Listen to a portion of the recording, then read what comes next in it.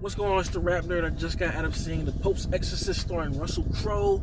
And let me start by saying I went into this movie with really low expectations, but I had a sense of intrigue just with the title. See something that says Pope's Exorcism, my mind just started going different places and thinking like, you know what? This movie probably won't be the greatest, but if they do this thing right here, it'll definitely work for me because this could be a dope concept. And I said a lot to say, this movie was not all that. It wasn't it. It just wasn't it. That concept that I had in my head, and when I went into seeing that title, they like played with the idea of what it could be, but they didn't go full swing of what it could have been. I don't want to spoil it for those who do want to see it, and I also don't want to spoil it because I'm going to use that idea myself if it doesn't get made already. So yeah, I'll say that.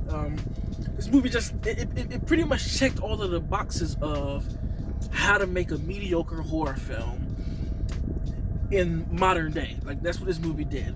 You know, I already went in with low expectations because of Consecration. You know, that wasn't too fond of that one. And even Pray for the Devil. I felt like Pray for the Devil was mediocre as well. But yet again, I got more respect gained for that movie because of Consecration than now this one. If you've seen any, I mean literally any possession film, this film is that again. It's nothing different. It doesn't take any new swings. It presents an idea that could be something more, but they cut it off at the legs. I feel like this is definitely a movie Russell Crowe took for the paycheck because he doesn't seem that invested in it. Everybody that is in the movie, I mean, nobody is bad as far as performances go. Like everybody is showing up and giving what they can to the story, but ultimately the script and again the story just it's just not, it doesn't move the needle at all. Like I said, if you've seen one possession film, you've seen this one. And honestly, like I said, I went to go see it because I have a subscription and I love horror films, but it's really not worth checking out, honestly, in a theater. If you do want to see it, I would definitely say wait for streaming, but it just doesn't move the needle at all. And again, I could go in detail as to what made the movie not so, but it just, like I said, literally every single box, the way the scares are set up, the way the pan shots are, like the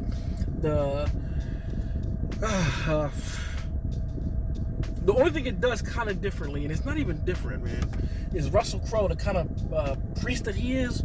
He's not a straight line priest. He's kind of a guy who swears and he drinks liquor and he talks his shit or whatever. So the story follows.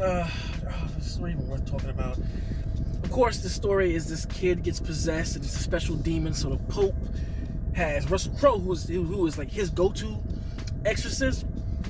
He's like, you should go here to exorcise this kid because this demon that has him is something completely different. So that's when he goes there and the ball gets rolling, and he's there with a new priest who's on, who wants to learn how to do exorcism and all that kind of stuff.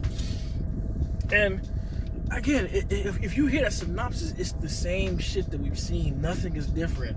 There are no different type of scares. And hell, to be real, this movie isn't scary at all.